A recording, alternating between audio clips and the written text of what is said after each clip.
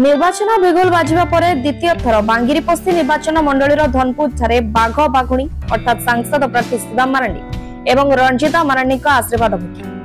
संध्या 6टा समय बारिपदार बिरसामुंडा छकठार एक विशाल रैली कर धनपुर छक निकट पहुंची सांसद प्रार्थी सुदाम मारांडी और रंजिता मारांडी। तेज बांगिरीपोषी निर्वाचन मंडलीर प्रथम आशीर्वाद भिक्षा सभा भाव विह्वल हो निज राजनैतिक कैरियर आरंभ कर समय त्याग कथा कहते सांसद। बांगिरीपोषी निर्वाचन मंडलीर सामाखंडा ब्लॉक रे साधारण लोक सहित मिशु आज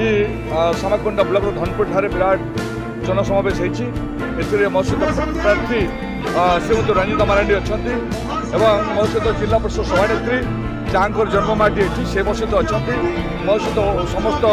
जिला परिषद मेंबर साधारण लोक मैंने गुरुजन मैंने माँ मैंने भौणी मैंने युवबंधु मैंने बहुत संख्यार जोग मो तरफ व्यक्तिगत भाव विजेडी तरफ अनेक अनेक साधुवाद और धन्यवाद अर्पण करुच्छी।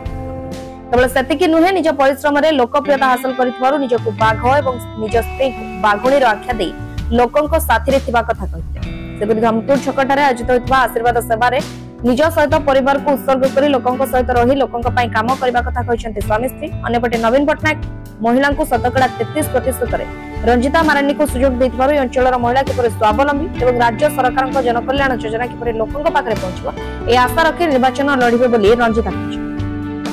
रिपोर्ट अभय न्यूज ओडिशा। आपन तो देखुछन लोक समर्थन अछि आमर प्रिय मुख्यमंत्री श्रीयुत नवीन पटनायक को प्रति लोकंकर भल पाइबा सेटा ही एठी परिलक्षित करे दउछि जे अवगत करे दउछि जे केते भल पांते आम नवीन पटनायक श्रीयुत महिला को संख्या हजार संख्या महिला माने आछंती किबोली दा मन जितबार संभावना केते रहउछि